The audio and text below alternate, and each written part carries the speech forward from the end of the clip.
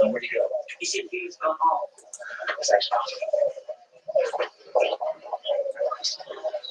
Andy's going home. It's impossible. We would have seen him. Our house is over there. Where else could he have gone?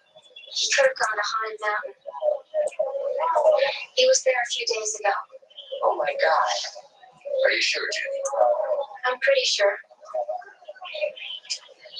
Something else I think I better tell you. I think he was having some pain at the dance. In his legs? Uh-huh.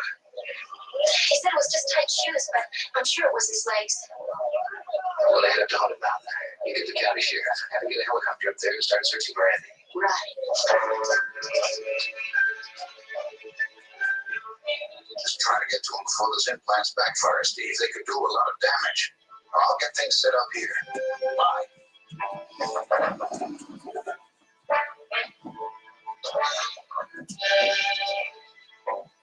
Advise Dr. Melville and Penny to prepare for emergency surgery for Andy Sheffield. We're afraid we're going to need it.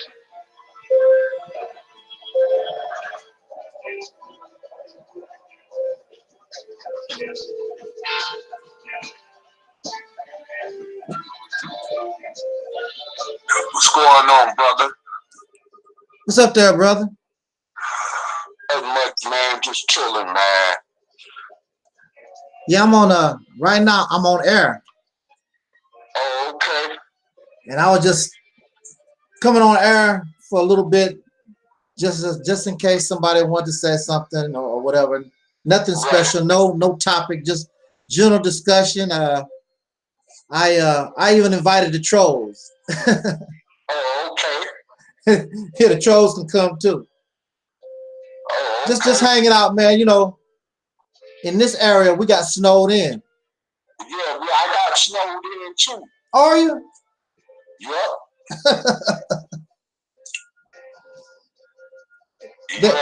Yeah, that rain. I mean, not rain. That snowstorm must have come from, because you know it must come from your direction this way. Right. And so it slowed down. We waiting for it's supposed to be another volume of snow come through sometime tonight.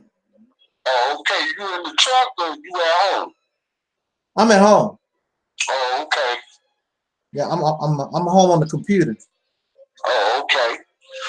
Yeah, so yeah, I just decided, I got a little time. I just decided to just come out here and hang out for a little while. You know, my other channel got, the live capability came back. Oh, okay. The other Reality's Temple, because this is Reality's Temple on Earth. Yeah. Then my other channel is Reality's Temple on Earth Internet Ministry. Right. And this channel and the other channel, remember the live stream capability was shut down. Right. It was disabled. Right. But it's the other channel is back on. This one is back on. So we back in business. I don't have to actually use Operation Exodus Mississippi.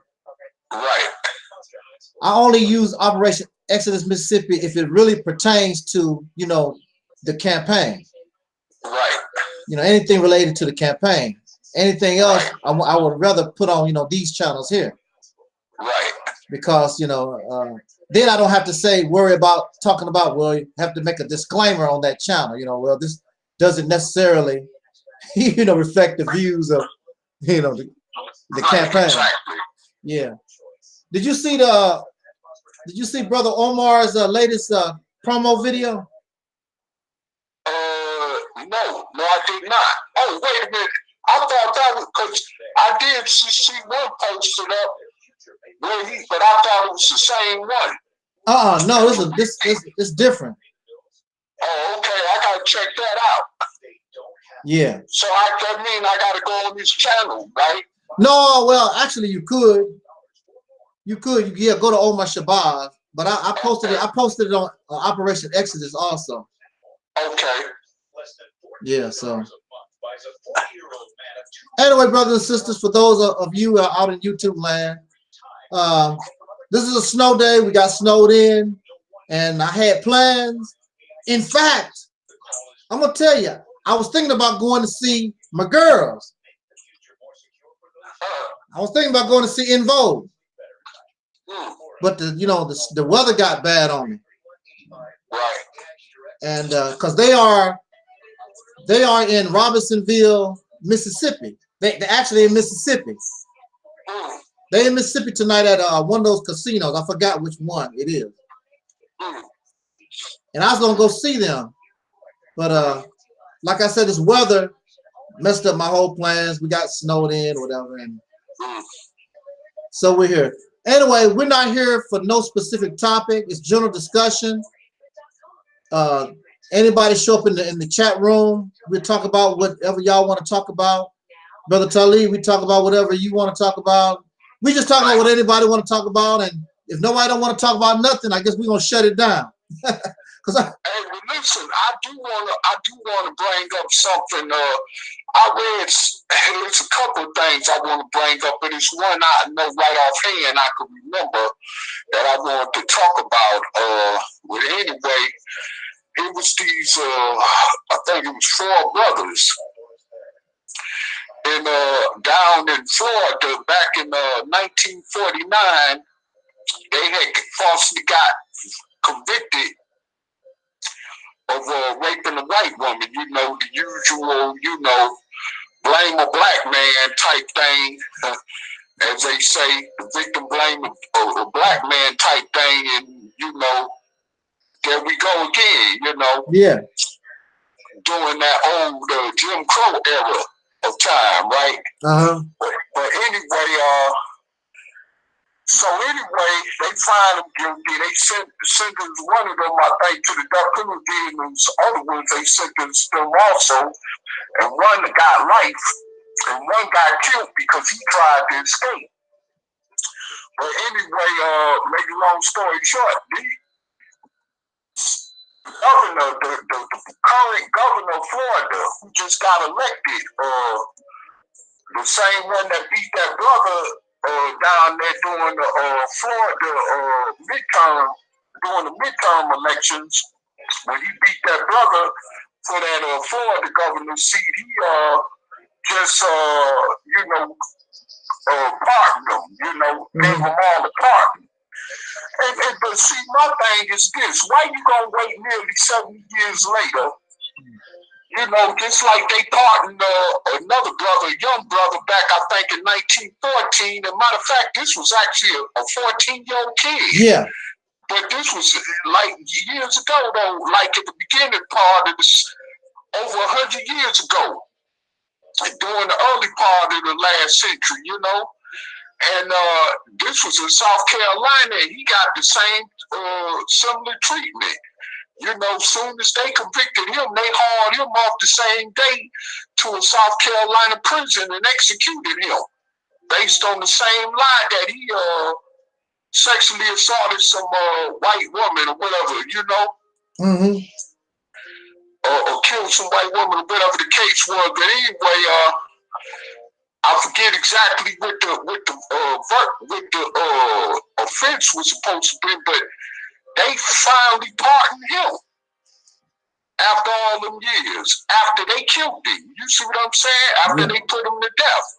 And I mean, see, this is what I'm talking about. Just the same thing like with the, late former heavyweight champion Jack Johnson, The same thing when they found him guilty of that so-called Federal Mann Act law that they made, based off of him, for transporting prostitutes across state lines, which at that time it was forbidden for dark-skinned brothers to be with Caucasian women, in this country. And he had to go do some time in a federal prison.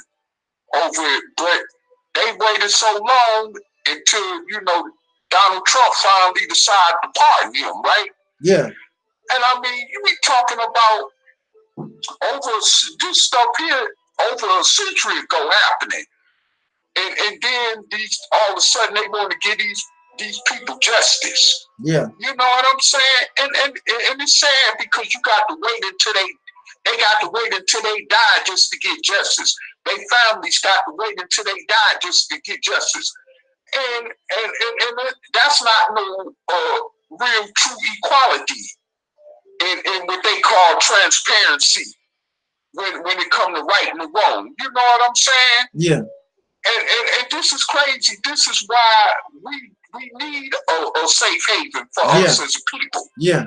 You know what I'm saying? Because I mean, it could be me and you next. Yes. We get accused of some damn type of crime that we ain't do, and we end up, you know, in a serious situation, and then we have to wait until we die off just to get some justice. I mean, you know, while later generations, you know what I'm saying, and our families wait for us just to get some justice, you know, for something we didn't do when we was alive. You see what I'm saying? Mm-hmm. So my thing is this, you know, I mean, we definitely need it definitely needs to be a safe haven for us as a people, without no question. It really does. And I mean, you know, why these Negroes are so caught up in this sport and play stuff, you know what I'm saying, entertainment or celebrity type stuff and that R. Kelly bull crap. You know what I'm saying? Yeah. I'm like, man, look here. What's more important right now is us getting securing us you know, a sanctuary, safe haven like they doing for them illegal immigrants coming into this country. Yeah. You see what I'm saying? Mm-hmm. And it just don't make no sense. How in the heck is you gonna give a safe city sanctuary to an illegal immigrant when people who deserve it the most are dark-skinned descendants of slaves born in America who've been oppressing this country for over 400 years? From the inception of slave servitude. You see what I'm saying? Yeah.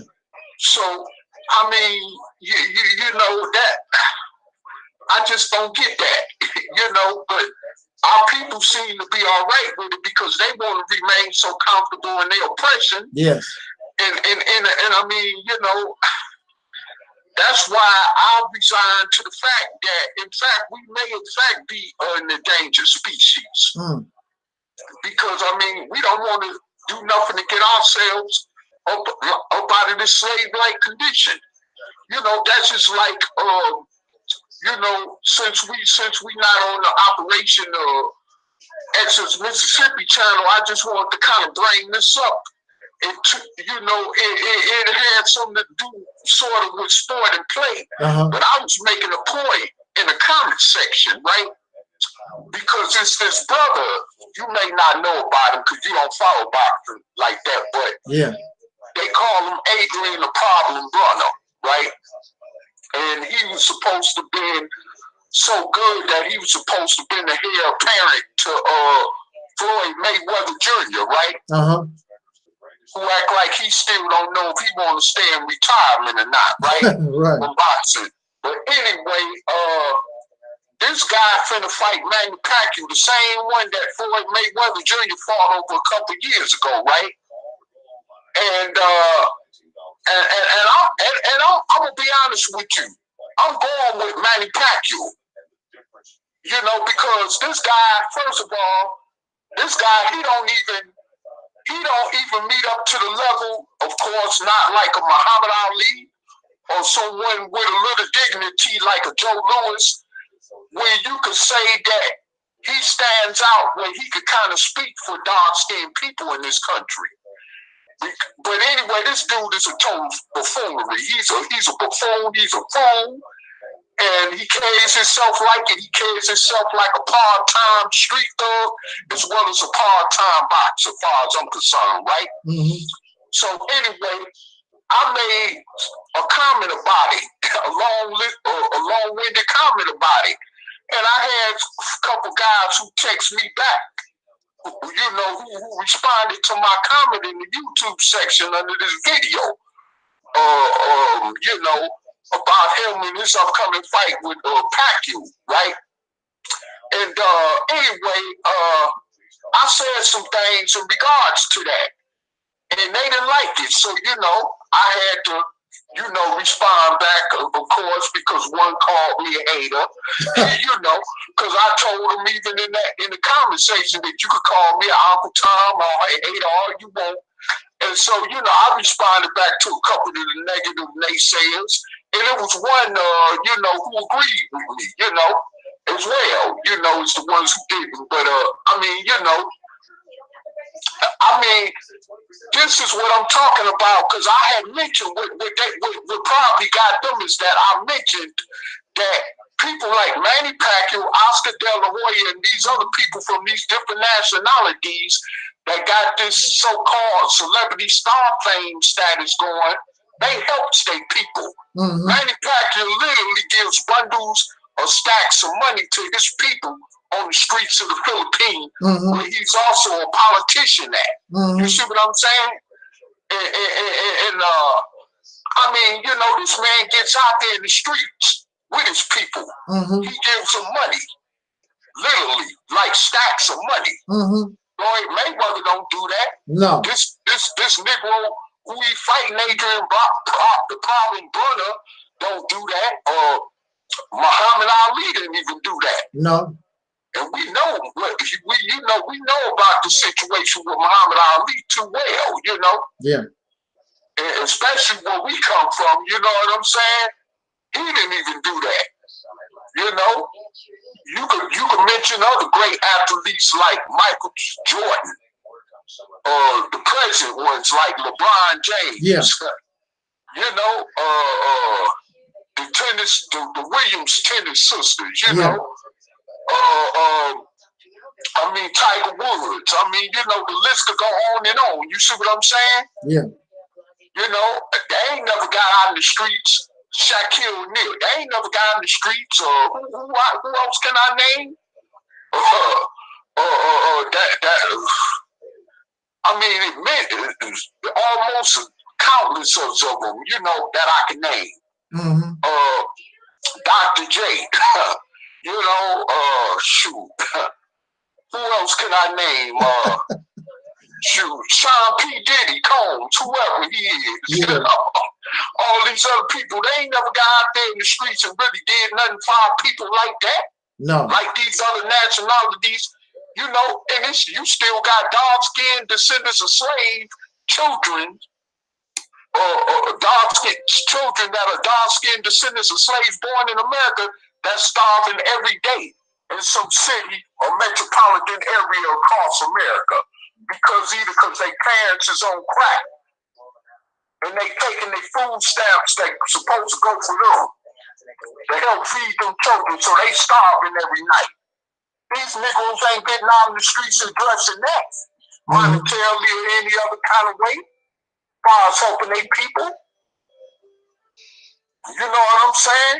Yeah. But you know, you want to talk about how racist these other nationalities is, but at least they help their people. Just like that, you know, just like that basketball, that guy that owned the LA Clippers a few years ago when he made them racist comments about black people and stuff, and he had to sell his franchise. This was a Jewish guy, and but he made a truthful statement when he said people like Magic Johnson and them don't really get out there and do nothing for their people like the Jews help their people. You know what I'm saying? So, I mean, you know, that's one reason why I hope this guy win, because I feel like this guy, you know, see, back in the day, when you go back like to the 1930s era here in America, you know, so-called black athletes or celebrities had more respect in the community. you know, they were more considered as symbols, like a Joe Louis, you know what I'm saying? But you know, I can see why so-called black people don't get behind these type of Negroes like that no more in this day and era of time, because they ain't gonna do nothing to help their people. They come from the same ghettos, the same neighborhoods, downtrodden parts of America where we're concentrated at, and they don't even look back. You see what I'm saying? Mm-hmm. You know, there's some next silly nigga gonna get on social media and call me a hater, and I said, well, shoot, people like Floyd Mayweather that said what stuff about this guy, and he got way money than this idiot do. So what do that mean? He get a pass? People like him get a pass? Yeah. Instead of ordinary brother like me who's speaking truth in a similar manner, you know. So like I said before, you know, this is reason, just like you said yourself, because niggas is fake. That's why I don't have nothing to do with too many niggas. Excuse my French, but I mean it is what it is, you know. Yeah. That's the reason why when it comes to anything else, politics, when it comes to religion, niggas is just simply fake. Point blank. You know what I'm saying? And I just ain't got time for it, you know? True that. You know, so that's the reason why, you know, I am after all glad to be where I'm at today. And you know, fortunately for me, you know, like I've been telling you off air, as well as I think I made a video about and spoke about in social media. I'm glad I moved from the humble beginnings I came from, because it's really not worth being around too many silly Negroes, because they don't want nothing in life, period. Unless we free totally from this over 400-year hegemony of so-called white supremacy, we ain't got nothing.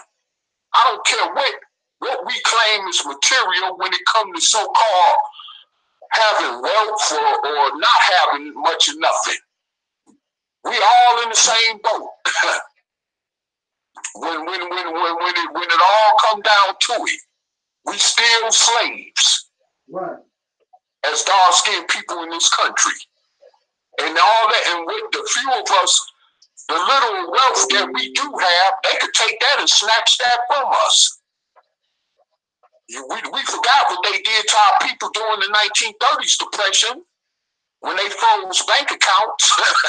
You see what I'm saying? Thinking that can't happen again. You know, and what this president is doing right now could lead to something like that, like I spoke before a couple of nights ago in the video you know? So like I said, I mean, you know, because we don't want to face reality, you know what I'm saying, for what it is, and still want to be niggas, and wallow off into niggas stuff, then we gonna keep getting what we get as a people, simple as that. And I'm unapologetic about that, you know? So, like I said before, hey, you know, unless we could get that, you know, campaign of Operation Exodus Mississippi / OEM off the ground, like we're, you know, attempting to do, other than that, man, hey, I'm just sitting back in the cut. For real, brother.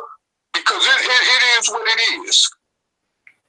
And I just, like I say, I'm not religious, so I'm not going to start talking about praying and all that.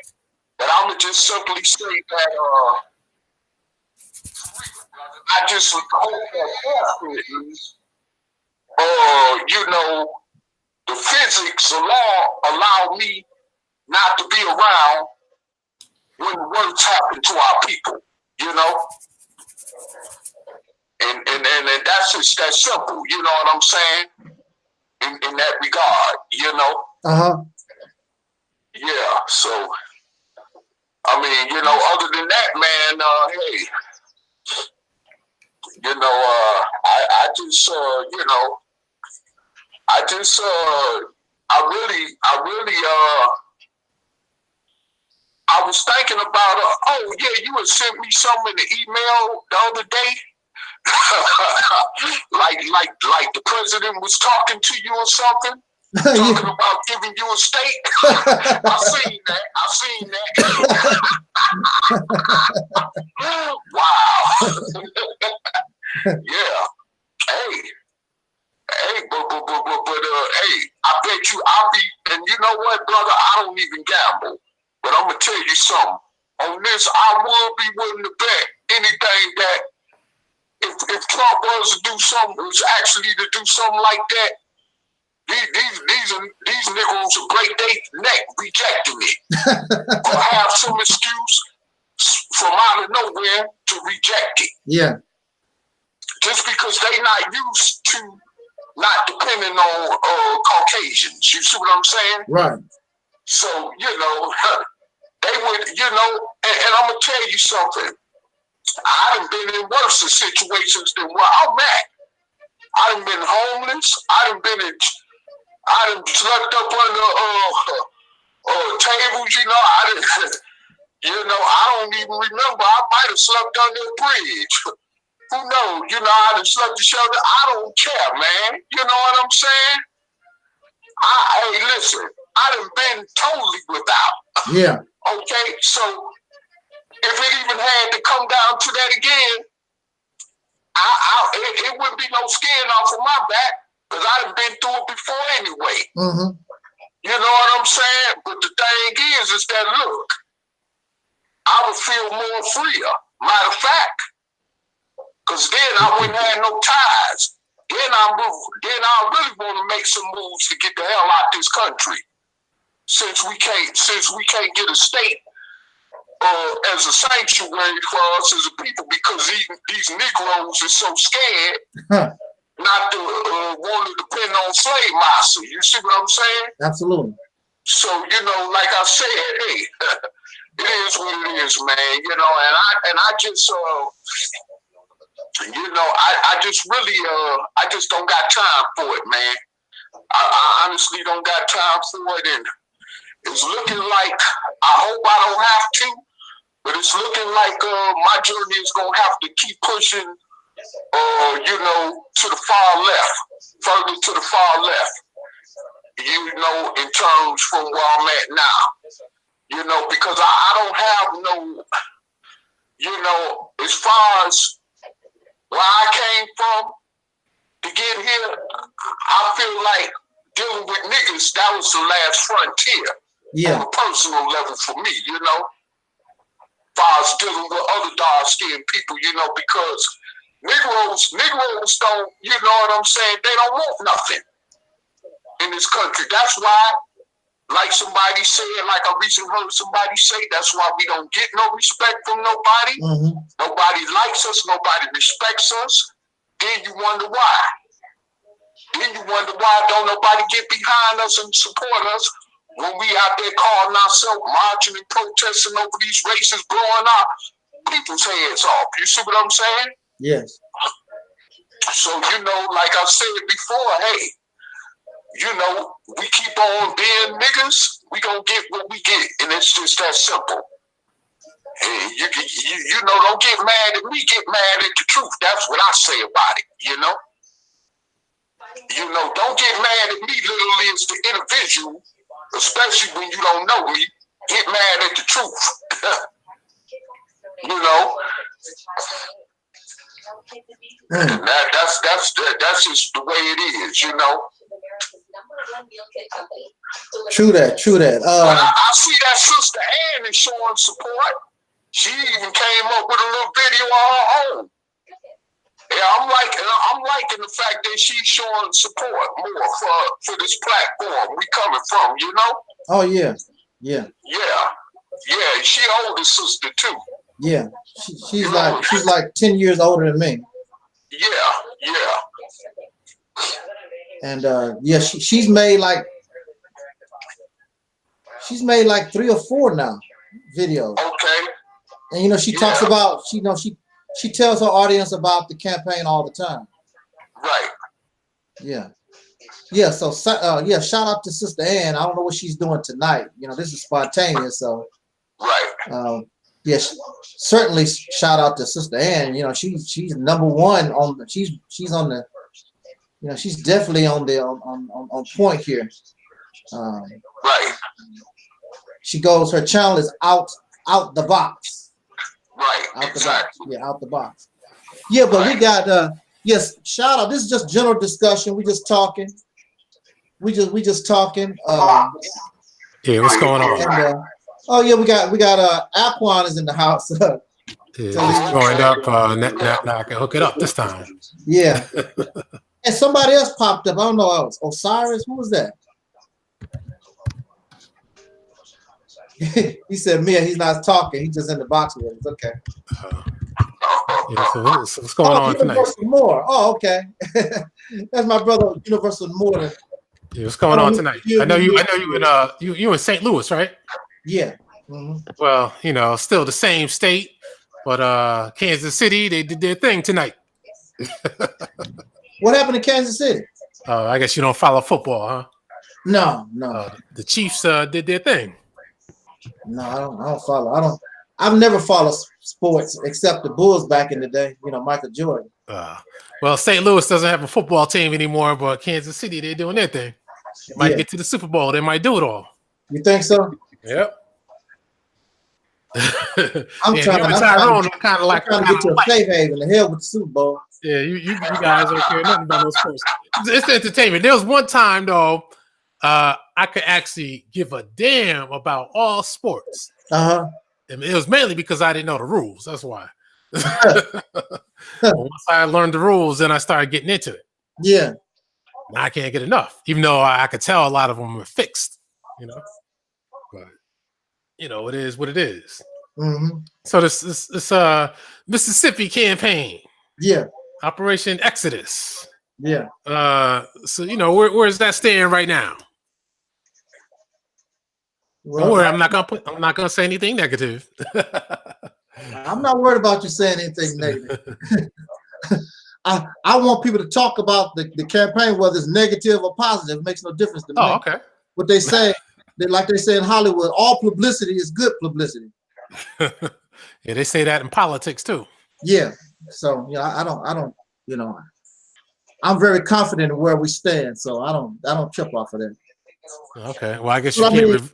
Well, we just kicked off officially. I just kicked off the campaign officially last year on what we call Soul Liberation Day. So that was December the 8th.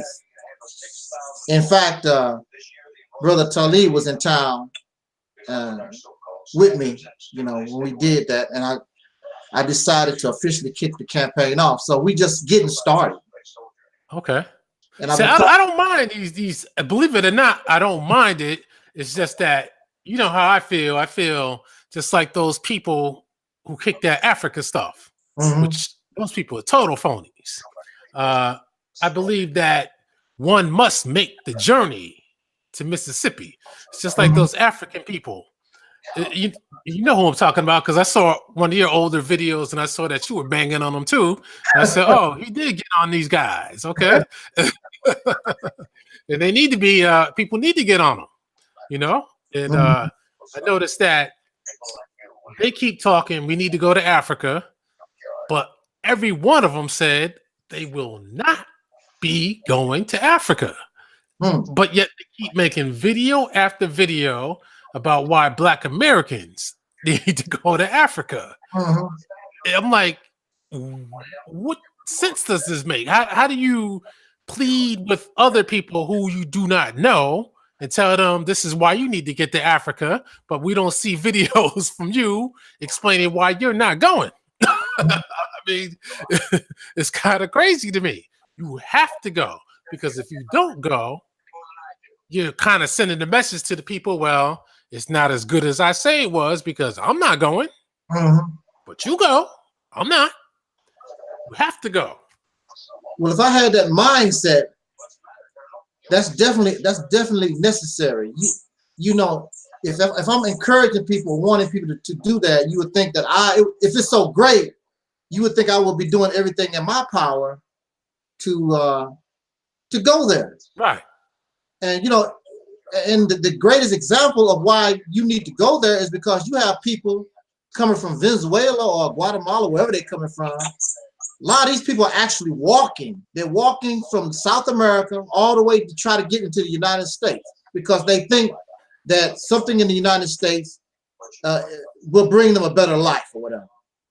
So if you feel that way about Africa, and if I really felt that way about Africa, whatever I have to do, if I have to wash dishes, if I have to mop floors, whatever I have to do, I'm on my way to Africa. And they never say exactly what place. It's always just Africa in general. They never say what particular place. They just say, let's go. Usually with the usual places, and I've checked this out myself, it's always Ghana, Nigeria, or any English-speaking African country.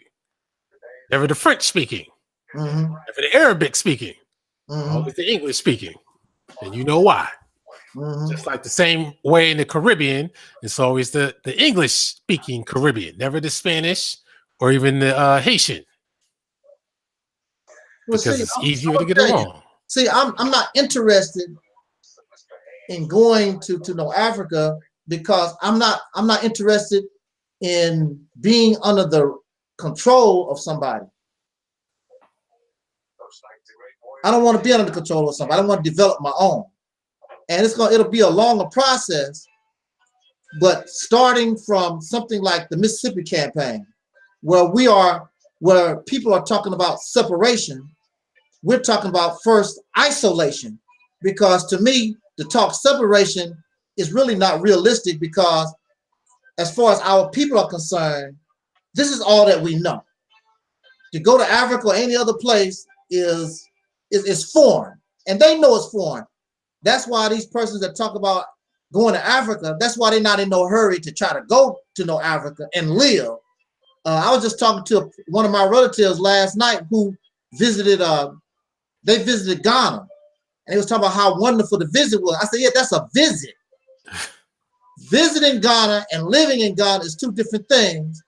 Also, there's a big difference if you go to Ghana with or without money. Go to Ghana and don't have any American currency on you and see what type of welcoming committee you're going to get. See, you can go there with American dollars in your pocket, and of course they're going to skin and grin in your face because they want that money that's in your pocket. Go there and don't have any money in your pocket and see what the difference. It'll be a big difference. Yep. Good brother. Yeah. Good brother. Can I chime in too? Yes, sir. Yeah, I agree with you 100%. And furthermore, I'm not getting audio. I have to disconnect some stuff here. But furthermore, I don't have a problem with people wanting to go to Africa. You know, I don't have a problem with that. The problem that I have with people coming from here, America, and going to Africa is they always go with nothing. It's always, you don't bring nothing to the table. You just go there and you don't bring nothing. And me and my wives, we spoke about going there, but we're not going there unless we can offer something, because we know that the opportunity to make money is here, and we utilize that opportunity. And we would be remiss if we go to Africa or to anywhere on this earth that belongs to us without bringing something to the situation. Now, we know that the economic situation in the most, 75% of Africa is not good.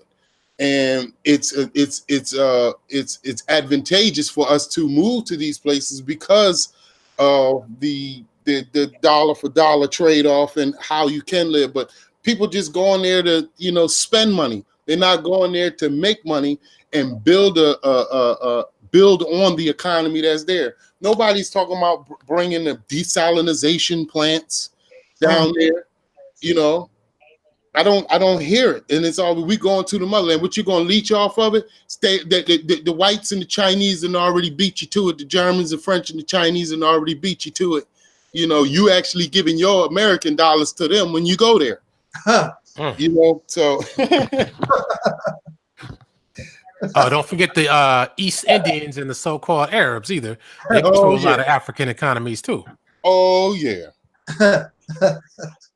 And that's a damn shame. And I also, you know, I had to chuckle a little bit because I kind of I found it kind of funny the way you slipped in my wives.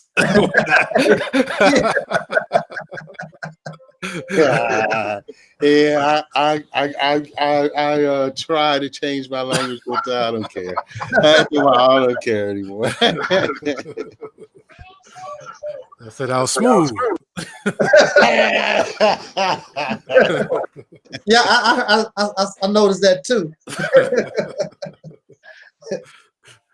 Yeah, man. But yeah, you think about this in Africa. That's another thing. These people keep saying go to Africa, and I never hear them say Uganda, Tanzania, and a few other countries in Africa. Yeah, Indians totally control the economy. Idi Amin, he kicked out the Asians. We all know about that, and because he said they control the economy. Mm-hmm. After he was done, they invited them back to Uganda to take over the economy again because the Ugandans didn't even know how to run a damn economy. And on video, there's an East Indian guy saying, we have to run their economy because these Africans don't have a brain. You can't run the economy without a brain. That's what he said. Mm-hmm. I said, damn, that's insulting. Yeah. But God damn it, if they can't run it, then God damn it, he's telling the truth. I mean, he has to be telling the truth. It's a damn shame. Love it or hate it, that's the truth. Yeah.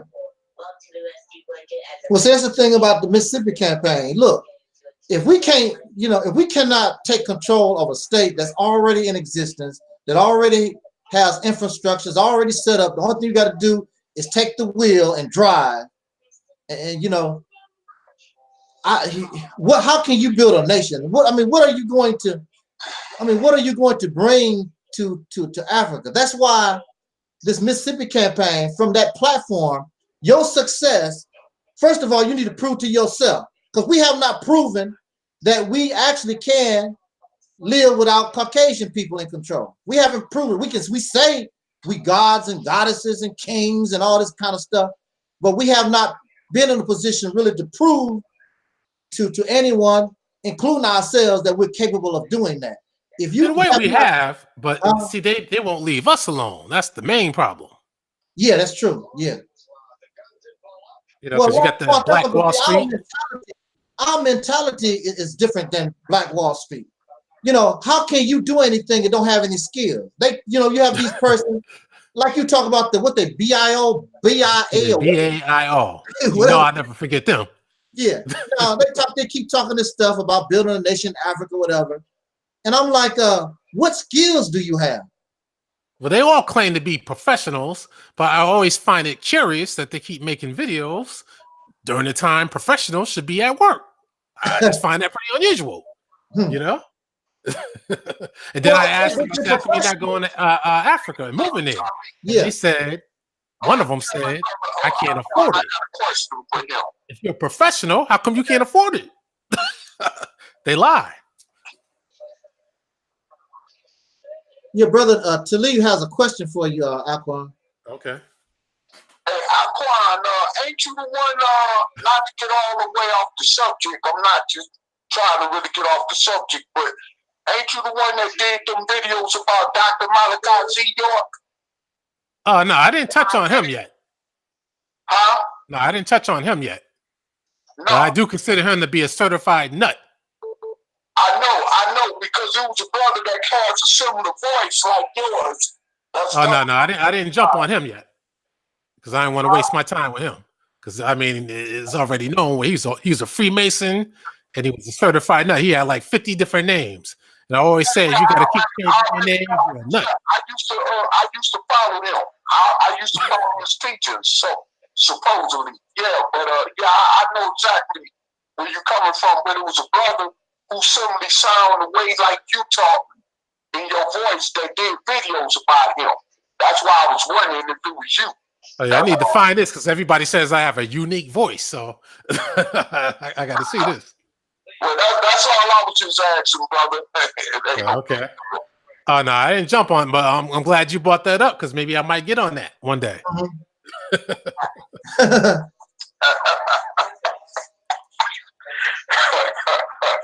That guy, he was a certified nut, convicted, confessed child rapist. And his dingbat followers still say he's not in prison and he didn't do it. I mean, come on. I guess they think because they're insane, they can pass that insanity on to others, you know? Right. I mean, all you got to do is go on YouTube. They ask them, do you accept these charges? Do you admit it? And are we forcing you to do it? And, you know, so on and so forth. He said, you're not forcing me. I did it. Can't get any clearer. Hey, I like to say something too on that aspect. I've definitely had an opportunity to see the government at work, to see how they pull their little strings, play their little games. I've actually seen them completely deceive you. And, you know, these type of things make it, you know, it's like if you went in your yard in the morning time and you saw a unicorn in your backyard and all of a sudden, twinkle, it's gone. You would find every reference in the Bible to unicorns. Every time somebody talks about a unicorn, you'd be on the unicorn. And when somebody comes and says unicorns aren't real, you got a bone to pick with them. Now, I could go into the Malachi Z. York thing. However, I got to look at what he's done. And if he was to do what he did down there building the pyramids and everything and trying to be self-sufficient, I don't care how many names he's had. He's got a lot farther than these lit professors and people that are just, you know, they want to throw stones, but they ain't got no pyramids to throw a stone from or at. Oh, so you don't care how many little kids he raped either? I mean, this is the thing, brother. That's all conjecture, no matter. That's not conjecture. R. Kelly is conjecture. You were People there. are jumping on R. Kelly. But See, this is what I'm saying. This is what I'm saying. I don't know. I was not there, brother. This is like me trying to say, you know, Jesus exists. No, but we don't have to be there because we heard it out of the horse's mouth himself. He said, I did it. Can't get any clearer than that. I'm not. I don't know. This is what I'm saying, bro. I don't know if he. I'm sorry. I'm unapologetic about that. I'm not finna stand up here and defend a child pedophile. It's just that simple. I don't care who they is. If they was God himself, and that simple, God exists. That's cool, brother. That's cool. What I'm telling you is, I've been to prison. And I've had brothers locked up for 25 years because they were convicted pedophiles. And then evidence comes out that they're not convicted pedophiles. So just as your conviction is to condemn somebody where you are only told what you know. Man knows naught by what he's told. And for me to go to bat, but we were told by the assailant himself or to defend him. So really, I can't look and pay attention to all of that stuff. But I'm particular about the safety of my children and children in general. And if there was a situation there that had something to do with that, the people I would get angry with is the people that were there with him. You feel what I'm saying? Because so you want to blame the victim instead of blaming the child rapist. Then they retracted their testimonies. I mean, it's a whole bunch of mess. It doesn't matter if they retracted anything. Only thing that matters is Mr. York said, I did it. That's all that matters. You got to look at that also. Sometimes just because you retract your testimony don't mean that you are deciding that all of a sudden you're going to tell the truth either. Okay, I understand that. Politics involved in that. But we can't fall into the logical fallacy, brother. We can't follow these logical fallacies. Conjecture is conjecture. Unless you were there, and even your perception of what happened is still subjective. No, it's not conjecture when the man said, I did it. Or argument or debate over it. That it was a lot of criminal activity involved that was connected directly with him and that organization, even to the point where people got killed. Even before they relocated their headquarters in Georgia. So, hey, I'm just saying, man, I was a part of the organization. I've seen some things. Other brothers and sisters that was in that organization seen some things and have spoken about it, even to the point of having their lives threatened. Now I got a problem. See, I'm talking about you. You were down there. What have you done about it? What have you done about it, brother? And I'm going to leave it alone, but I'm not going to find no excuse to defend no convicted child pedophile plus a scam artist, which he was. Not simply a convicted pedophile, but a confessed one. That's why he's getting what he get. And I hope he died in there. He's a confessed pedophile. That means he says, I did it. Nobody else made any conjecture up. Nobody lied on him. He said, I did it. On the record. Okay, so for the record, let's also state that there are thousands of brothers who've died in prison, who are in prison currently, and who have been released from prison, all because they've given a statement and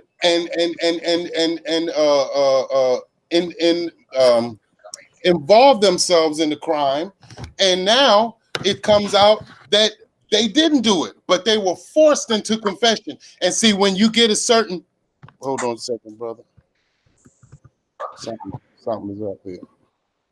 Okay. Brother Alquan. Yeah. Hey, like I said, I'm through with that because I'm not finna sit up here and go back and forth with people that's going to defend this pedophile. But I'm going to tell you this. While you speaking about it, speak about the key evidence they had on him at his trial that convicted him.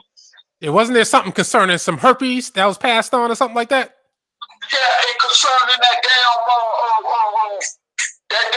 doll he used, with that goddamn sex toy object he had that he was using when he was molesting them kids with.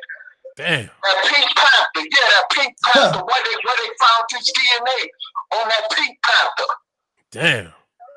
That was one of the main things they got him convicted. Damn, you got to be sick using some sex toys on some kids. Well, I'll tell you this. In our situation, because of COINTELPRO and because of things of that nature, we put ourselves in a position, and I'm very sure a lot of these persons that's doing these different things, they know this also. We act like our people can't do anything wrong. And I understand that we want to protect and defend some of our people because of COINTELPRO, and we know that these crackers will trump up charges and frame you for certain things. Being a victim of incarceration myself, I 1000% understand, where Brother Universal Moore is coming from. At the same time, we need to also understand that some of our people are sick. Some of our people are corrupt. Just like go back to use it to the story of Elijah Muhammad. Elijah Muhammad was doing his thing. He was messing with these young women or whatever. He was doing that, and people didn't believe it. Pedophilia on that count too. I don't know it was pedophilia. I do know they was younger women. I think they was over the age of 18, I believe. I think the youngest was 18. I don't know what the deal was. They were legally of age, but I think they were like the youngest was 15 and 16. That's legal. Yeah, sexually consent, but it's still pedophilia. But we have some of our people that take advantage of their congregations. They take advantage of their positions, and they do these things. You know, just like there's people who actually continue to defend Umar Johnson. Umar Johnson was supposed to announce the schools January the 1st, 2019. It's January the 12th today. and I've seen videos where Umar Johnson is talking. He does not mention the school at all. And you got people that's still defending this man. Like I said, not to cut you off, Brother Taalik, but like I said at the beginning when I first started talking about this, I've never heard of nowhere in the history of the United States criminal law justice system or they courts where anybody pleaded guilty literally on public record to something that they did not do. Even some of the most worst known mass killers in the country, most hideous type pathetic people that did hideous, worse than hideous things, never stood up there and if they pleaded guilty, it wasn't because they didn't do it. So I never known no case except for Dr. York's when somebody stood up and actually pleaded guilty on something that they did not do. Well, I tell you, position, he wouldn't want to disrespect his legacy like that, because you know a guy like Farrakhan would never admit nothing like that if he did something like that. You know what, brother? You know what, brother? This is why I don't deal with logical fallacies or fallacious thought. I never insinuated that I was defending anybody. I was just bringing clarity to what we are really saying. Everything that we know about it is what we've been told. Now, like the brother said, he was there. You had an opportunity to do something about it. Either you were there and were aware, or you weren't aware and were there. I mean, is one way or the other. Now what we're doing is we're reassigning blame now. We got to blame one man.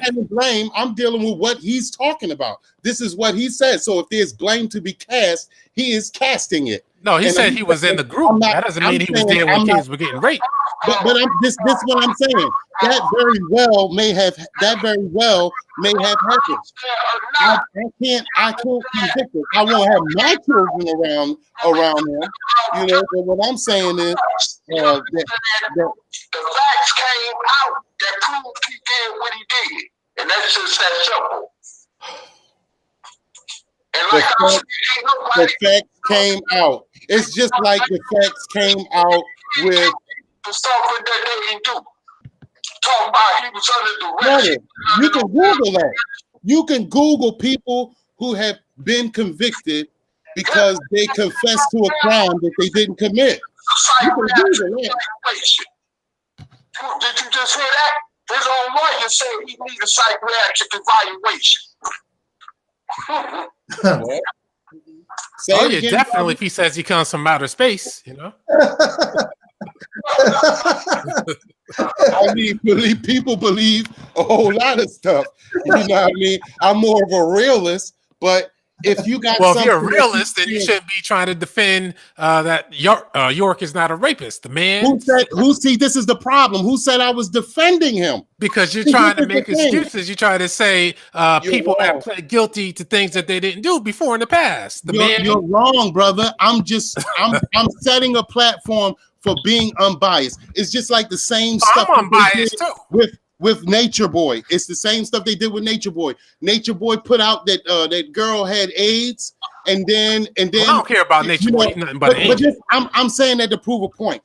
He put out that the girl had AIDS, and then later on she's miraculously cured. That's because dumb niggas believed that she had AIDS because of the way it was put out. And then when she comes out and says, I don't have AIDS, here's the test and everything. Oh, he's the great guy, and we have the facts to prove it because here's the test with her not having it.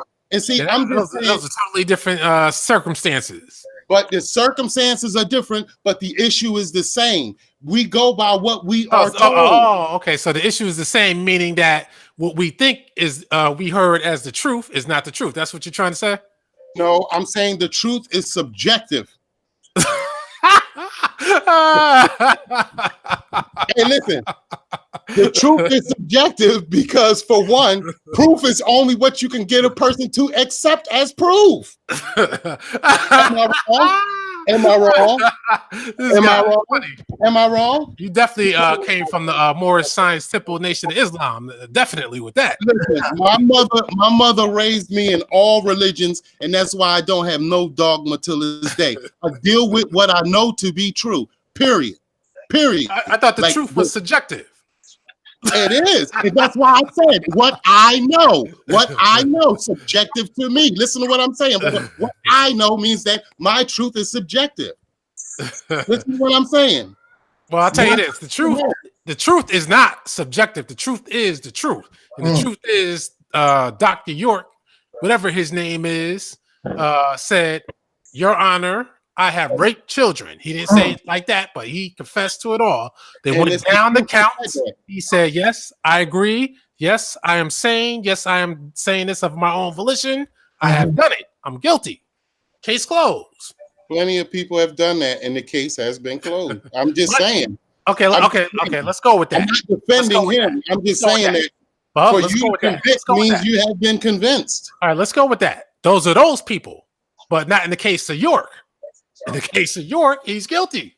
I'm not saying he's not guilty. Okay, so case closed then. I didn't say he was guilty. I knew you were going to say that. I knew it. He's been convicted by a court.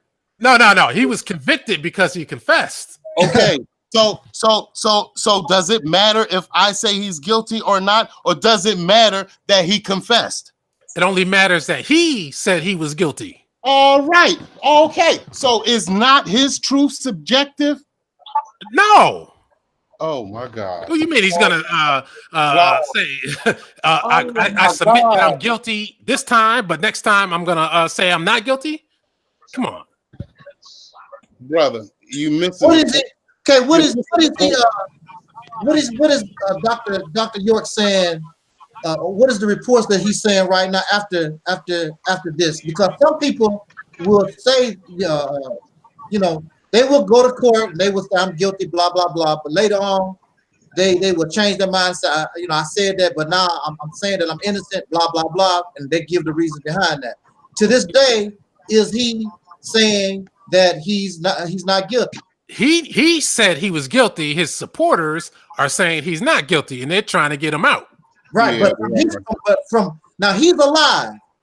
He's alive, and they have contact with him. They could probably even get him on a telephone. Is he saying that I'm innocent? That these was trumped up charges under duress? I did this, or is he just being silent and just letting folks go with the narrative?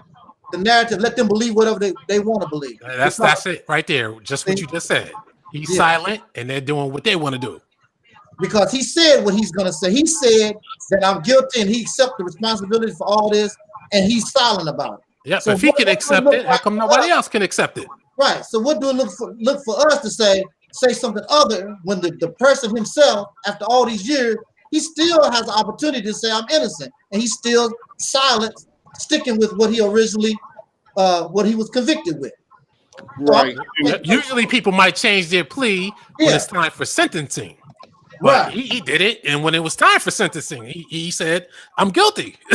So right, isn't it peculiar? But isn't it peculiar? Like just how he flip flop, we get recants. I mean, the whole thing is just peculiar, and I look at it with an inquisitive eye. What's the S word? A skeptical eye. Because I've seen the unicorn before. So, I mean, I'm telling you, I hope he's not guilty of these things and that he was actually forced into a confession, because some of the things that I read about it is is horrible. Yeah. It's straight up horror. Yeah, he should be ashamed of himself. Should endure that. Now, those are my feelings, and whether they are subjective and shared, then I'll be it. However, I've been down the rabbit hole. And so has Dr. York. Well, I mean, that was his trip, and I've had mine.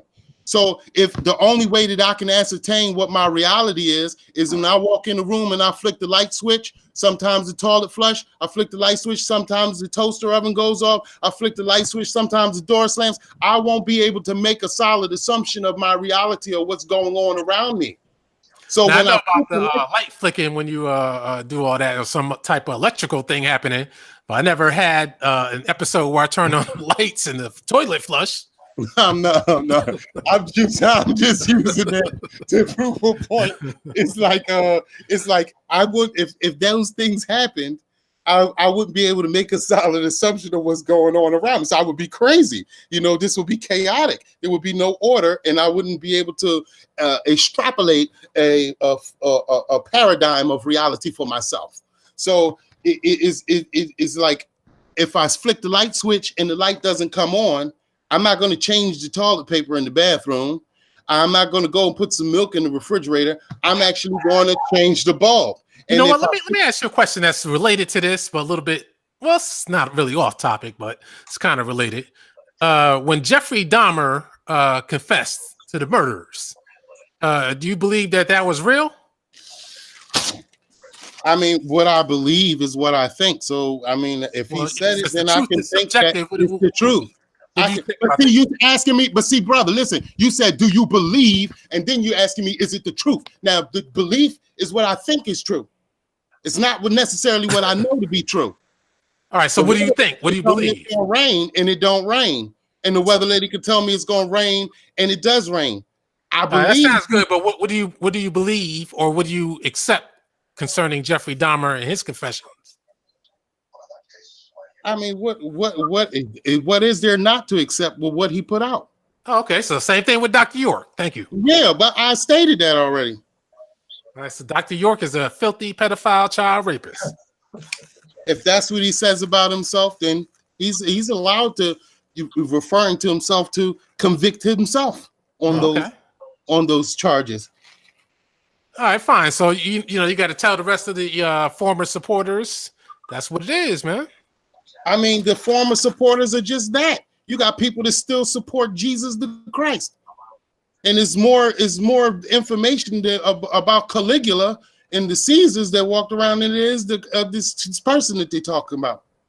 But people still, they still caught up in the fairy tale, looking for something good and looking for a savior, and basically, you're not in a position to look for anything that's outside of your reach.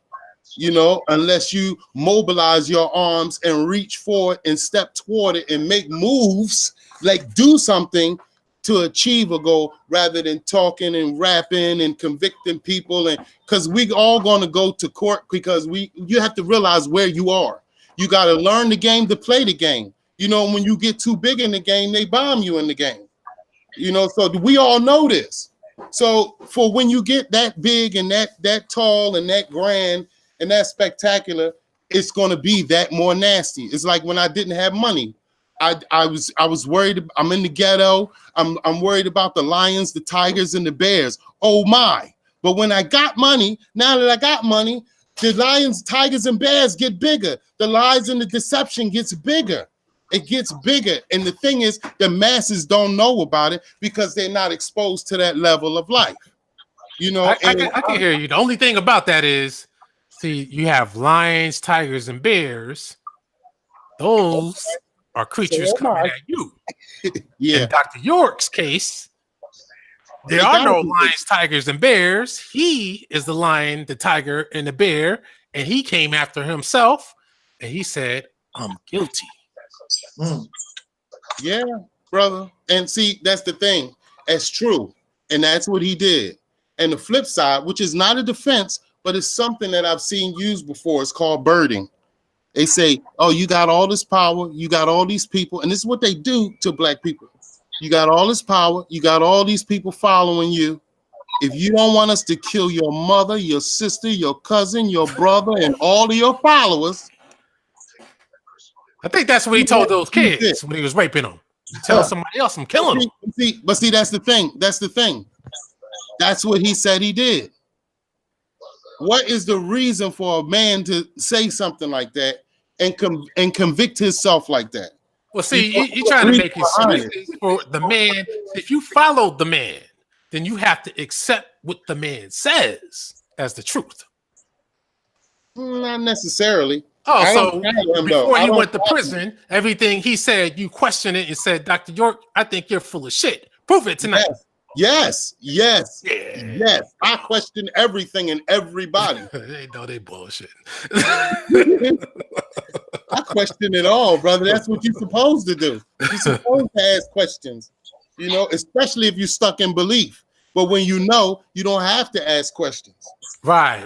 That's why I'm not asking questions, because I know that he's guilty because he said it.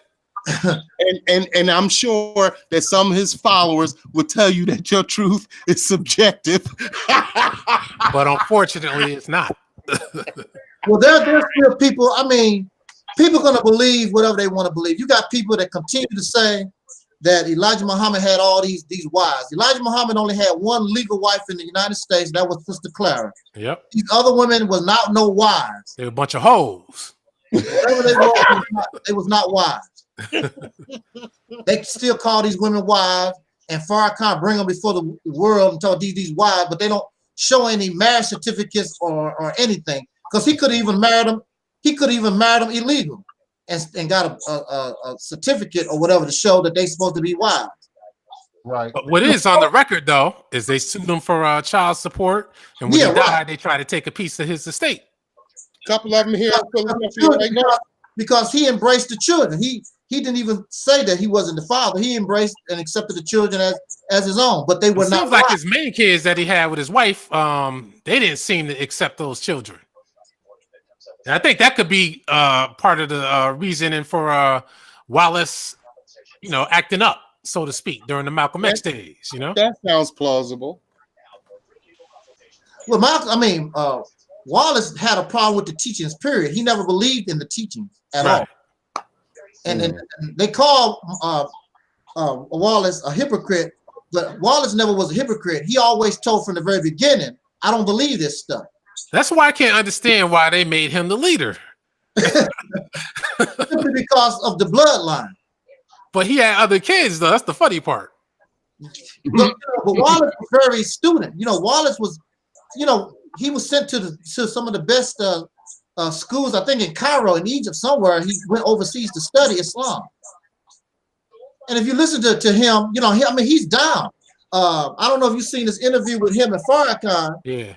And that's the first time I ever seen Farrakhan basically silent. Farrakhan couldn't do nothing with us. Yeah, because he couldn't disrespect the guy, because that's Elijah Muhammad's son. You don't know what Wallace know that Master Farad Muhammad guy. Wallace said he was there when the man was in his house.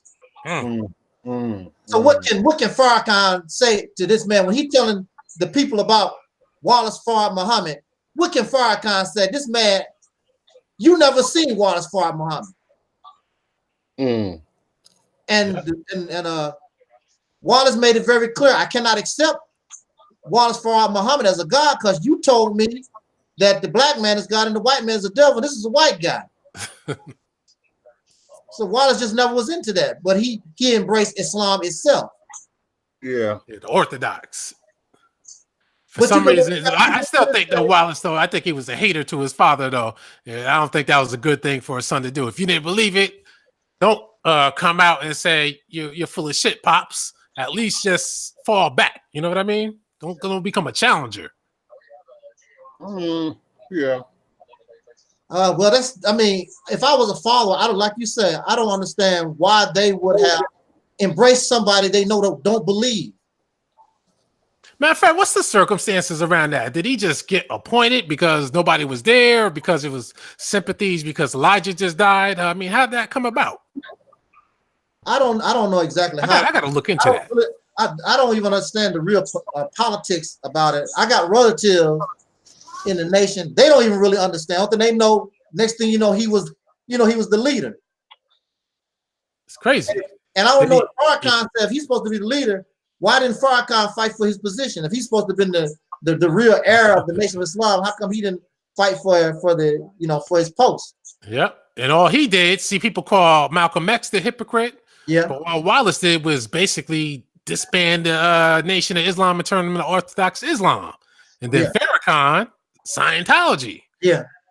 But neither one of them got shot down. But Malcolm X had to get shot down. Come on. But I did want to do a video. Well, not do a video, but I did want to make mention in relation to Brother Maurice Muhammad. Brother Maurice Muhammad, as you know, he's a great supporter of Farrakhan and the Nation of Islam. But recently he made a video saying that the Nation of Islam needs to be held accountable. And the reason why he's angry with the Nation of Islam is because there's a sister right here in the St. Louis area. I don't know if you guys heard about it, but her son, she found her son in her backyard hung. I don't know if you guys heard about that or not. No, I didn't hear about that. Well, it was something that I mean, it made a big splash for a minute, but the prosecutor or those who investigated the scene, they decided that it was a suicide. And the sister insists that it wasn't a suicide. She thinks that something, happened, criminal activity. Anyway, here in the St. Louis area, basically it's a dead case, and Maurice brought it up on his channel. Matter of fact, he's been actually speaking to the sister and getting involved in that case. And he said that the Nation of Islam, the local Nation of Islam, volunteered to secure the sister because she said that she was getting harassed and threats from people because she won't let go of the case. And the Nation of Islam went there for about a day, I guess. And he said they haven't been back in about 3 months. Typical. Yeah. I'm like, why are you shocked? Why are you shocked? And then the bottom line is those brothers are tired. They cannot work the white man's job because that's what they're doing. The majority of them are working, for the cracker job. They got to get up and go to work, 8 to 10 hours a day. Then they got to do FOI stuff. Then you talk about they got to go and secure this woman for who knows how many hours. The brothers just can't do that. I remember back in the 80s, there was a sister. I don't know if you know who this dancer is. This dancer, Catherine Dunham. She's a famous dancer. I think she used to be on Like It Is, right? Probably so. Yeah. But she's a famous dancer from, I think the 1920s or 30s or something like that. She's passed now. But yeah. The Nation of Islam voluntarily, just like they did in this case, they voluntarily said that we was going to secure her house for her. We did it for probably less than a week and stopped. That's the way the Nation of Islam do. They start things and don't never finish. And then another thing, when Farrakhan is involved, if it's not high profile, if it can't keep him in the news and stuff like that, he's not interested. It's just like the NAACP. Yeah, they do the same type of stuff. It's all about usury and tricking black people into acting like they mean some business, but they don't. No, they don't mean any business. And then Maurice said they've been calling the headquarters of the Nation of Islam, and in some cases they actually got hung up on. Damn. Yeah. But what do you? Maurice Muhammad seems like a smart guy. Became a pharmacist, so that takes dedication and time. So come on, man. I don't like when people who are in the Nation of Islam today, and they act like they don't know that Farrakhan is a fraud. He's a coon agent, Farrakhan. Mm-hmm. He's an old man. He outlived Dick Gregory, outlived Wallace. It's crazy. But a lot of these people who are agents of the government, they live a long time, but you see, is it really worth it? Because after a while, you get broken down, you go out in the worst way. Yes. Like George H.W. Bush. He may have lived a long time, but look, he went out in a pitiful way. Yeah. Hey, Alquan, let me ask you a question. We can say Sunni and Shia and Falasha, Fulani, and all the different sects of Muslims But let's talk about the Sunnah, where you get, and then you come over and you get the Noble Drew Ali, Moorish Science Temple of America, and Fard Muhammad, and then Elijah Muhammad. And Yeah, but those aren't Muslim though. Yeah, you're right. But how do you feel about the Sunnah? And like regards, in regards to what? About Sunnah Islam, Prophet Muhammad, and the stories in the Quran. Well, like Angel Snubbed Up 7 knows, the one thing I hate to do is debate about religion. Because I feel that that's an extreme waste of time. Yes, it is.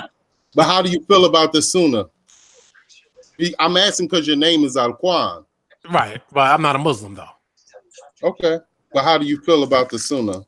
I'm be honest with you, I don't really have an opinion on it. It's just like when there's this other show, the TRS Talk Real Solutions. Apparently, they're still back on with the other number.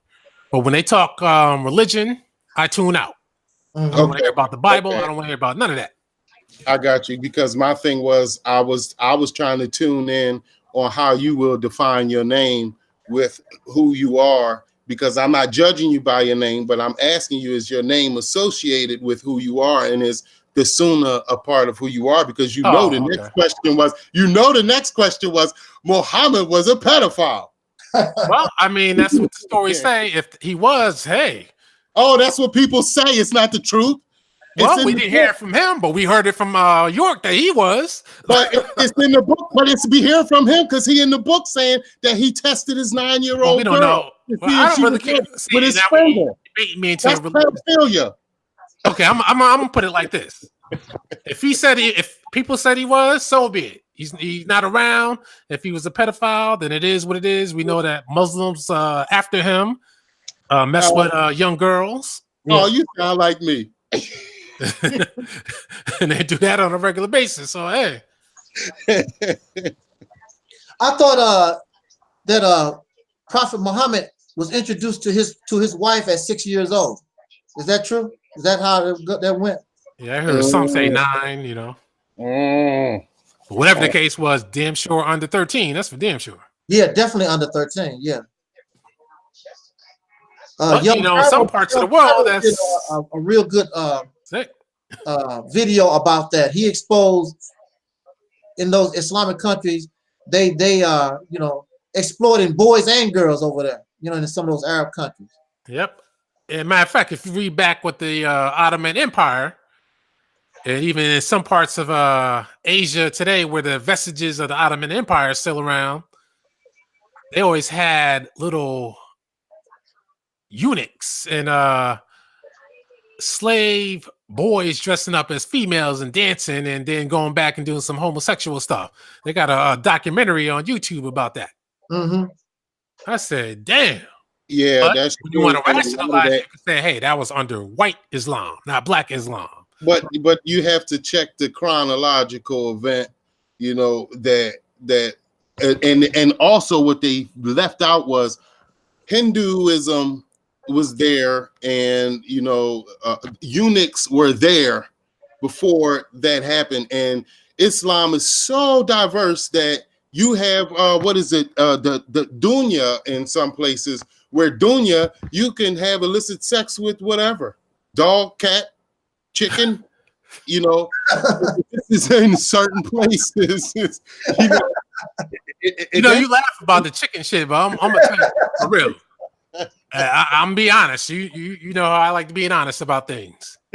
I did come across a bestiality video. Don't ask how. Just don't ask how. But a white man, he was messing with a chicken.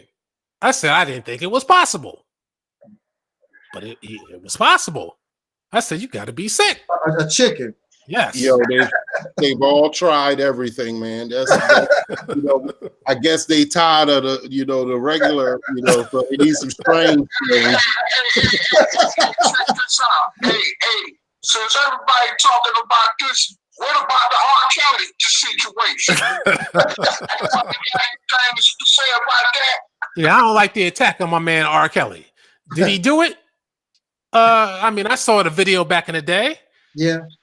Yeah, it was him. You know, I can't deny that was him, and he did some disgusting things. But I also observed that the girl, mainly Sparkle's niece, she looked very experienced in what she was doing. I wouldn't doubt if her family was prostituting her out. But you got to keep in mind, back then, R. Kelly wrote Sparkle's only hits. Without him, she had no career whatsoever to speak of. I can't believe you just said that, Alquan. Am I lying though? I mean, the brother has a history and he's messed up. But for you to say that she was in with it, that's not good. Even back then, they said that she knew about it and she let him deal with her. She hooked him up. I'm pissed because you're a pedophile and you watch child porn. You downloaded it off of some torrent when it came out and you watched it. You watched child porn. What you talking about? You saw the video. I didn't know what it was until I had to see it. Oh, come on. You knew what it was because that's the only way that you could get it. Back in the day, they were selling that shit on the bootleg street corner and shit, you know? And you bought it. Hey, look, Alquan. The title said trolls welcome, and I haven't trolled in years, bro.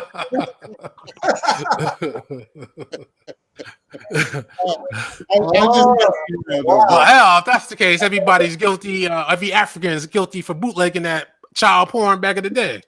Round their asses up for indictment. And they better confess. Well, in that video, that was definitely a female. You could tell just by the body and the face shape and the size that she was a female, definitely under 15. And by her breasts, the breasts look kind of new.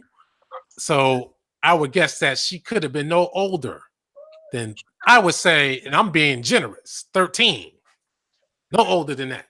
It's really bad, man. And that dude is a monster. You sort of sounds expert at this. What you mean? I mean, you know, I'm just trying to, you know, like you got.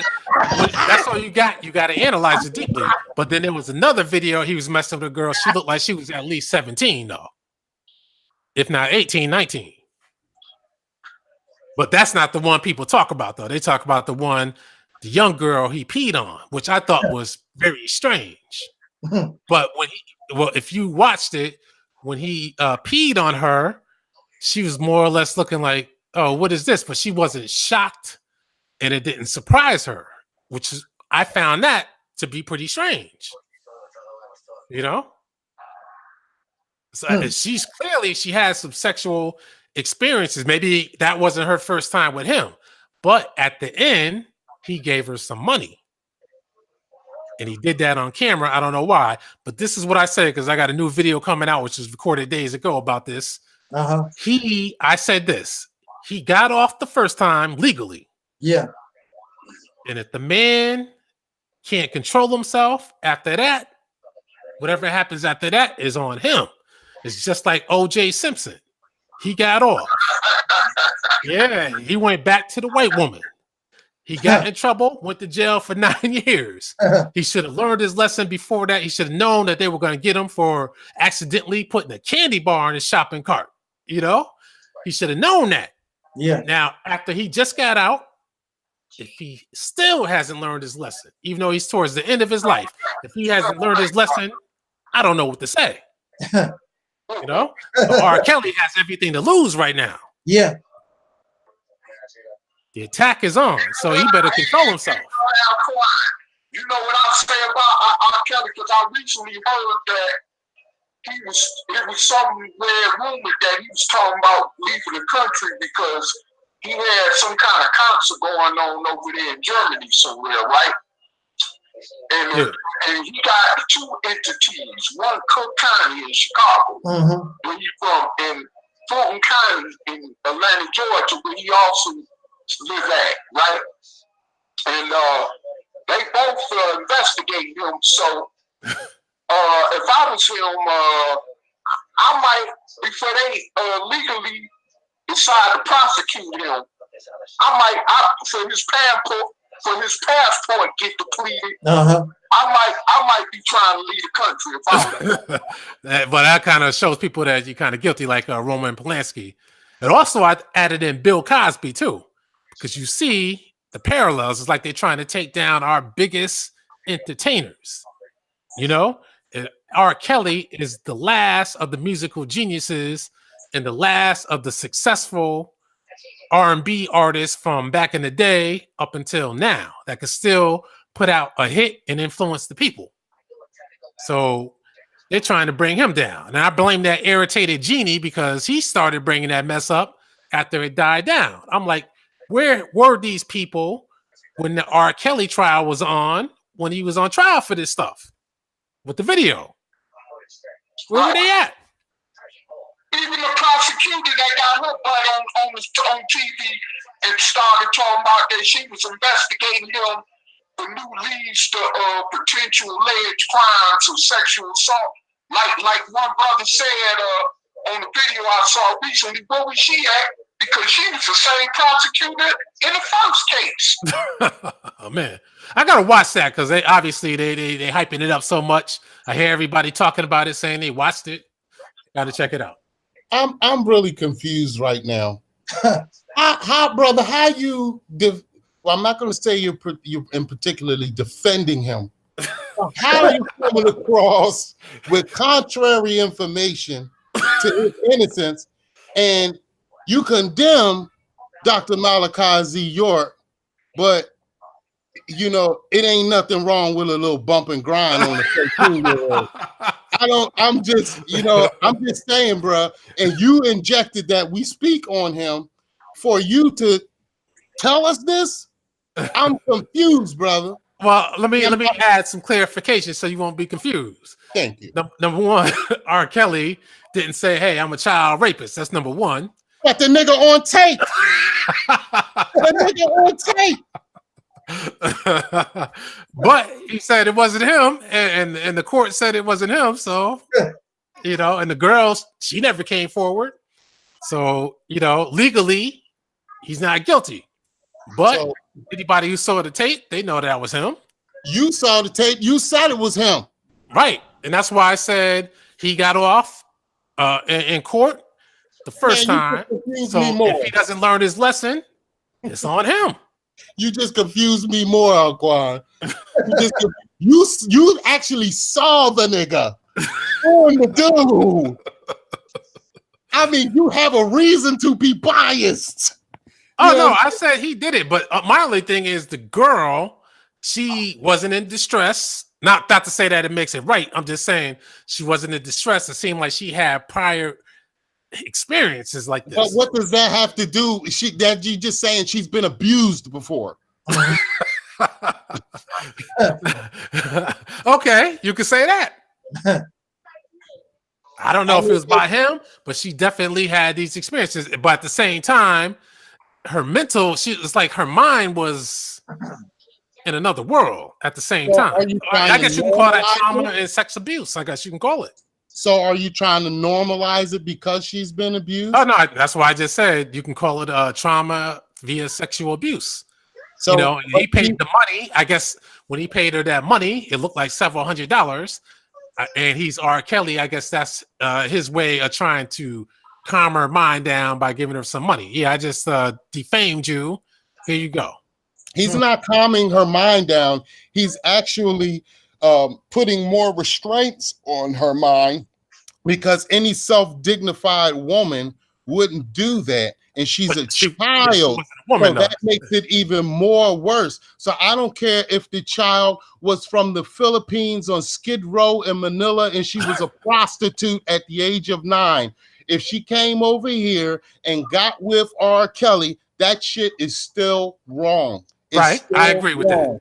I agree. You know, and I can say she knew what she was doing, and I can make all of those excuses, but she's no, that's not an excuse. I'm just saying that you could tell that wasn't her first time doing that kind of thing. But what relevance does that have with what R. Kelly has done? Oh, no, that doesn't have anything. That's just a side note. R. Kelly was definitely in the wrong and guilty, and with all the females he can get with his career, cheating on his wife too. I don't even know why he had to go there, because to me, it's not even necessary to go there. I mean, you look at, what's her name? I forgot the lady. damn, what's her name? The girl's aunt. Better be careful of what you do with me. That girl. What's her name? Damn, Sparkle. whatever her. Yeah, Sparkle. Yeah, she was looking good. I'm like, damn, how come you didn't want that? Why would you want the little niece? And those changing faces, keep in mind, he put them out there. Yeah. They were looking good, but I didn't hear any stories about him messing with them. But instead, it's Sparkle's niece and Aaliyah. Mm-hmm. And Aaliyah, to me, she wasn't even sexy. She was nice looking, but she wasn't sexy. She had no sex appeal to me. Even at her old age, when she died, she didn't have any sex appeal to me. She was also legally married to this guy. I mean, there's paperwork to show that she was married to this guy, and that is not enough to make you want to throw up. First of all, and personally, I must say that R. Kelly, a few of his songs were okay. I've never bought any of his music, but he ruined music for me because after he came out with his little songs, everybody was chanting. Everything is hey, you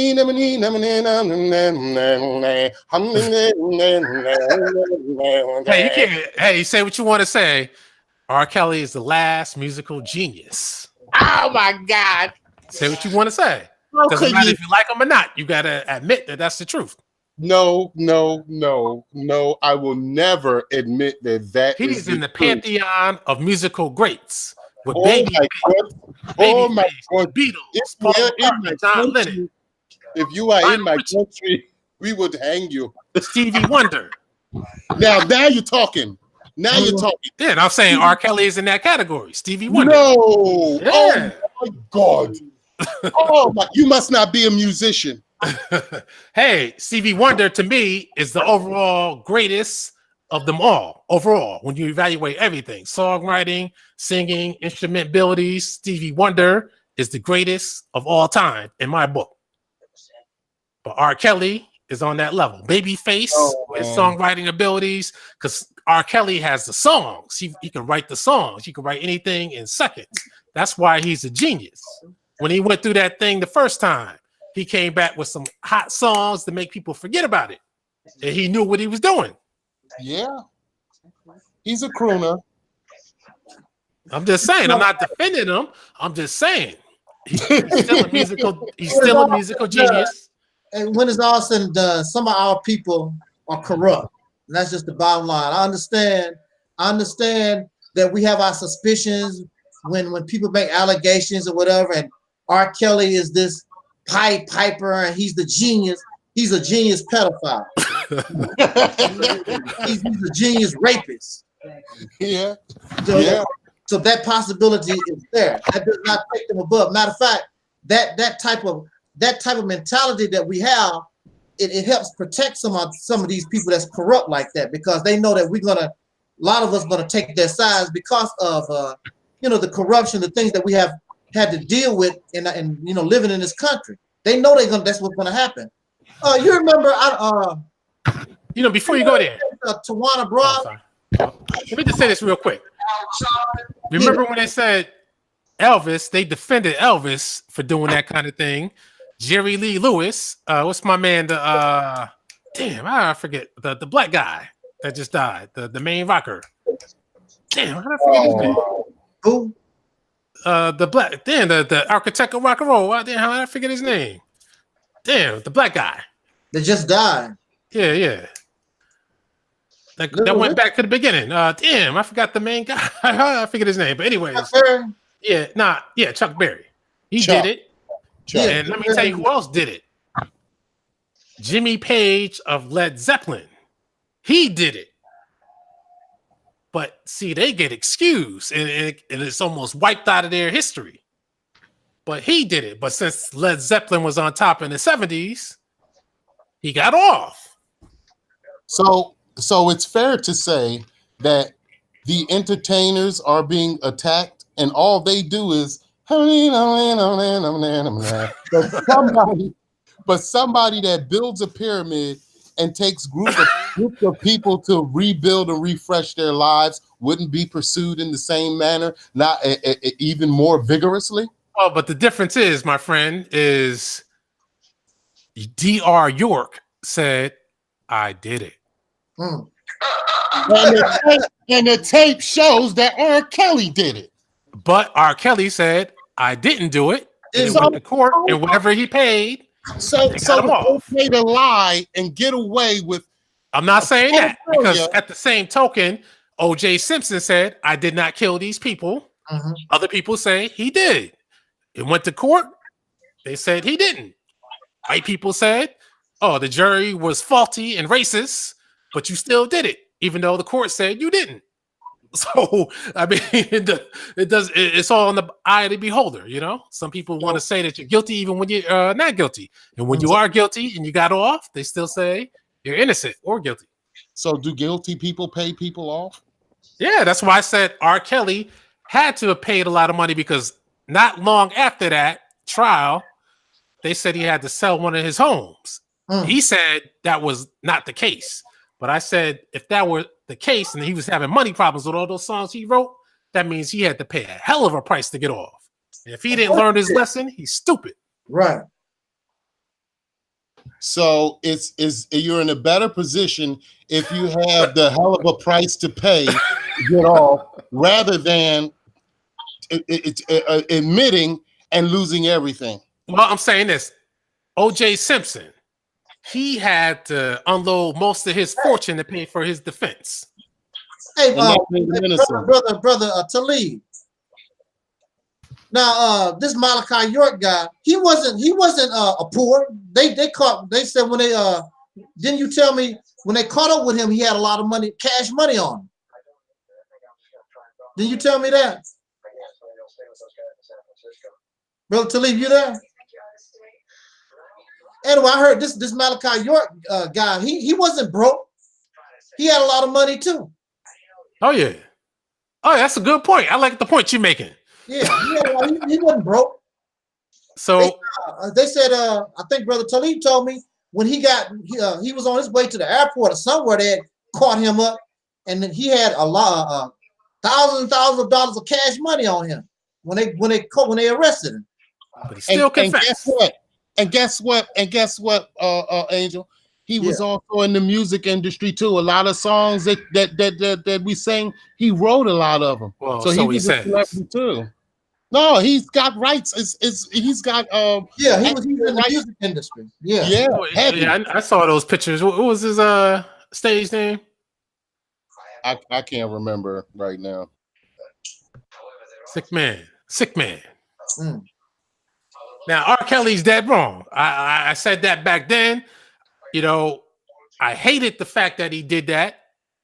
But once you see the tape, you're like, it can't be denied. And I have to say that it's hard to find those tapes now. And the hard drive I had it on, for some reason, it became inoperable. So you can say what you want to say. But I know some people, I think they send some code to go around looking for things that started erasing hard drives, because the tapes of Mia Campbell, when she was around doing her thing, they got taken out of the internet too. And you can't even find what you used to find anymore. So, you know, that's why you want to say some things, you better put it on disc. Like these different cases y'all discussing, none of them thus far has not pleaded guilty. But we do know y'all pleaded guilty. Yeah, I'll be right back. Yeah. So here we are with the paradigm again, that Dr. York pleaded guilty. He had money and he was a celebrity. And here it is, R. Kelly, which was on tape, videotape. Thousands of people saw it. Thousands of people could identify that it was R. Kelly. But the fact that he didn't admit to it, but his money paid off so he didn't have to admit to it, he's okay. So it's okay to lie. It's okay to get away with a lie. And see, this is the thing that I know about a democracy. Democracy just means if you can get away with it, then you're good. That's all it means. Because when you look at the court system, you look at these people throwing the money around, they're not concerned about you. They're doing what they want to do, and they're getting away with it. And I'm just saying, you know, the fact that... Brother Universal, what about the people that testified against him who are the victim? What about, I mean... So you're saying that all these people that come forward and made these allegations, that they're just outright liars. Is that what you're saying? You saying that they liars and they work with the police and then they set this man up?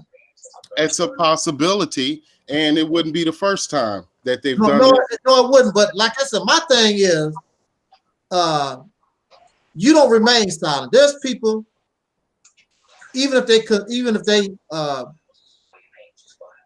plead guilty, since they don't have nothing to lose anyway. Once they do get locked up, they'll turn around and say, "Look, I'm innocent. I'm innocent." This man is silent. He's accepted what has happened to him. He pled guilty, and you know, I really that says it all for me. I'm not gonna say that the man, he pled guilty. He's not saying anything else. And there's a possibility that the police, you know, like in the chat room, they're saying, and that's a possibility that the police put pressure on him, all like that. But see, when you're in a situation, I was locked up too. I understand exactly what it means to be locked up. And I was in a situation where, hell, I don't have nothing to lose. So since I don't have nothing to lose, I maintain my innocence. I don't have nothing to lose. So he's in a situation, he don't have nothing to lose anyway. Why can't he say I'm innocent? But he's not. He's silent, and he's not talking about nothing no more. He's accepted his fate, and you got these people running around here. He was set up. The man himself is not interested. The man himself is taking no action. He has nothing to lose at this point. Why can't he say I'm innocent? But he's not. He's not. Some of our people are corrupt. Some of our people, I don't care how famous, how influential that they can be corrupt, and they can be guilty of some heinous things. So I mean, that's just the bottom line on that. I can't. There's no way I could even begin to try to speak of this man's innocent when he won't even do it himself. That's my problem with this. Because I've been in the criminal justice system. I did 10 years. And I've seen people, not only myself, I've seen people get railroaded, black and white, and other folks. I know about this criminal system. I know how they sit you in these rooms and make you confess to things and say things that you think that you wouldn't say. I've seen people do that, confess to things they know they didn't do. So, you know, I understand all that. But you in prison now. You don't have to worry about that stuff no more. You can open your mouth and say, I was railroaded, but he's not. I got a problem with that. All these years gone by, he's just silent. There's no way I would be silent. And you can get an interview with him and ask him yourself. He's probably not even interested because he's accepted his fate. Because chances are he probably is guilty. All of our people aren't goody two-shoes. You know, just because they black. I understand, you know, just because they black, we're supposed to try to sit around and make excuses for some of these folks. Some of these folks is guilty, and they don't mind. They use this blackness thing in hopes to get sympathy from some of us simply because they black. But some of our people are corrupt. That's just the bottom line on it. They're just corrupt. Yep. Like Bill Cosby. I didn't feel bad for Bill Cosby at all. I don't feel too much. I don't have no feeling for Bill Cosby either. Especially when he get around. He ashamed himself, but he's a musical genius. That's the only thing I like. He's the last one, but R. Kelly to me is not even a musical. I can't even see how you can even put him in the category. You know, what kind of record sales? Can his record sales compare to Stevie Wonder and all these guys? Actually, they can, and it's #1 hits. Yeah, he got #1 hits, but I don't see him on Stevie Wonder's level. I mean, he wrote some hits, but he's nothing. And his staying power. I mean, we're talking damn near 30 years.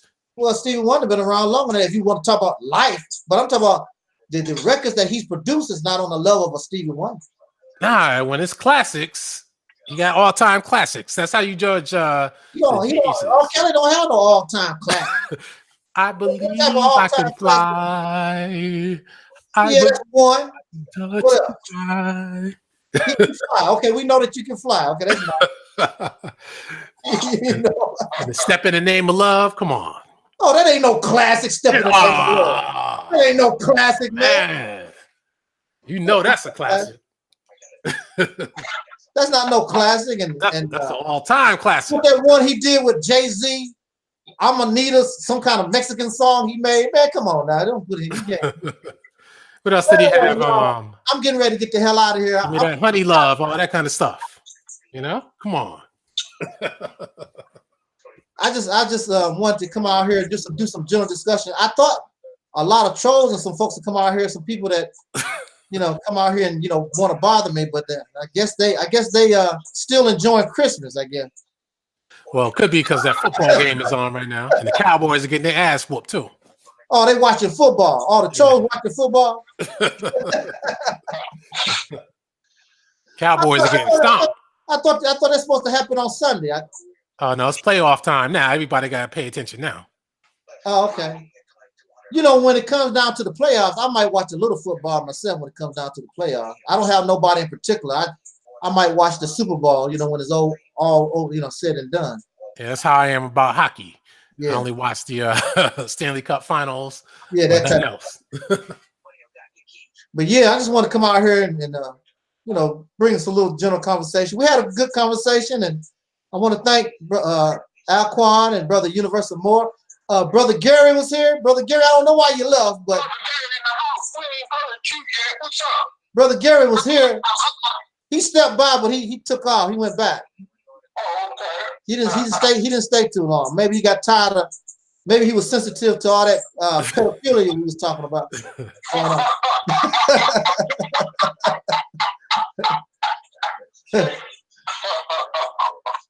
But yeah, Syrian is in the house, and Wiser, and another Reality's Temple is in the chat room too. They said they on our side though. I don't mind. It's just funny to me, because usually when they make fake channels, people go around trying to cause trouble. That type of thing.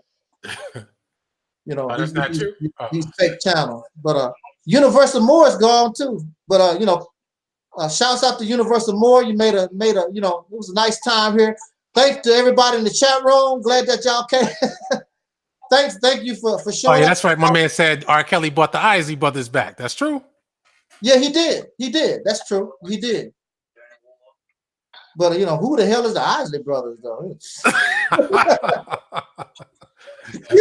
Really, I ain't impressed by me personally. I'm not impressed by the Isley Brothers. Shit, man, they had so many people cover their songs. Yeah. I wonder if they got paid, man. If they got paid, I think they probably got jerked, especially when the Beatles covered their songs. They must have gotten jerked back then. Hey, man, if it wasn't for Jimi Hendrix, they wouldn't have never been who they was. But the Isley Brothers? The Beatles. Yeah, Jimi Hendrix molded them. He was one of their backup guitarists. Oh, the Isley Brothers? Yeah. Oh, okay. Yeah, I heard Ike Turner said Jimi Hendrix was in his band too early on. Mm-hmm. I never saw no tape of him, and nobody ever showed it, but we'll take his word for it. Yeah. But the main object that we have here is getting out of this condition. That's the main topic. That's the main. All these other things is distractions. They're distractions to something that we really need to concentrate on. We need to solve this predicament that we find ourselves in. All that other stuff, R. Kelly and Malachi York and all these other different things, it's distraction stuff. We need to concentrate on getting the hell out of this condition once and for all, and put all our energy the same way that we put energy in all this nonsense. We need to put our energy into changing this condition once and for all, because you should be sick of it, and we should not want to our future generations, should they live, because it's not looking good really. Should they live, they should not want to inherit this mess that we got. Hell, we shouldn't inherit it, but they did not have, our foreparents didn't have the knowledge, they didn't have the understanding, they didn't have what we have today. We have all the tools that we need in order to change this condition. Just like Nike said, the only thing we have to do is do it. But you got folks that want to argue about something and they want to talk about the Mississippi campaign. Oh, that's not going to work. How you never tried it? How do you know? We haven't even got started yet. Y'all ain't making it. You're not doing this and that. We just got started. You got to go back to Africa movement. They've been around for I don't know how long. It's thousands and thousands of followers. They've done nothing. Nation of Islam been around for I don't know how many years. They've accomplished. They haven't been able to do anything. All these people, thousands of supporters, thousands of followers, all kinds of money, all kinds of talent, and they have not been able to do anything. So don't you think that it's time for to try something new? You know, we keep trying the same old stuff over and over again and thinking that there's going to be a different result. That's not how it works. That's called insanity. I don't care how much you like Farrakhan. I don't care how much you like what the Black Panthers did and all that stuff. The bottom line is all these things failed us.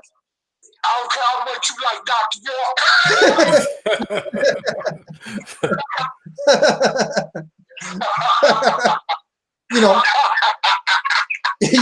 He failed. You know, all these days they failed. So and they broke his village down too. You know. But see, also, look, even though Dr. York might be considered he's corrupt or whatever, blah, blah, blah. If his followers wasn't blind followers, even though he's gone, they still can take those teachings, they can still take what they learned and continue to move. But it's just like all our other movements. Once the head is cut off, the whole thing falls apart. Yep. And the thing is, York is not even dead, unlike the other leaders of the past who died. Yeah, he's still alive, but he's not interested. He's done. He's done. And there's no telling what he's doing in prison either, you know? Thank you for keeping it real,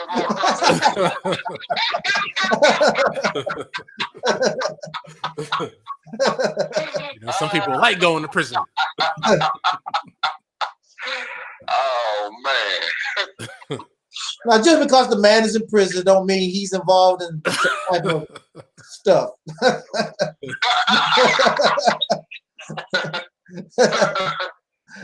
I mean, you know, if he was duking it inside young boys, hey, who knows, brother? I mean, if he was doing the dookie shoot with the young boys, I mean,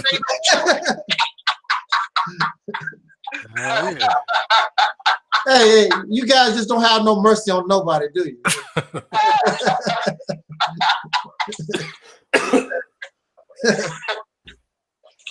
You done ran Universal more off.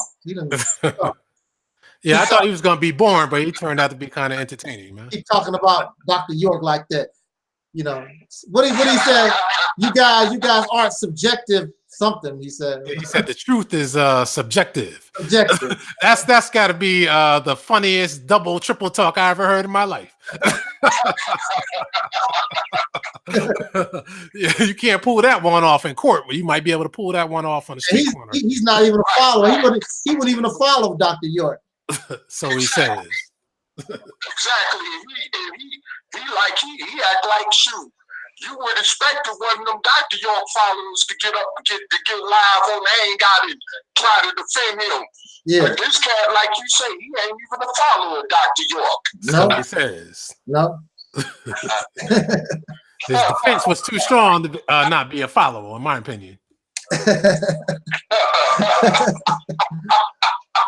Well, with that said, y'all, we getting ready to split. I really enjoyed everybody's company. They were saying I look spooky in the dark because I turned the light off. You know? That's the wrong word to use, man.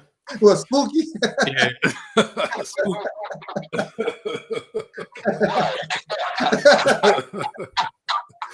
Well, brothers, I'm already 500 in peace, and yeah. to join y'all soon again. Yes, sir. Yes, sir.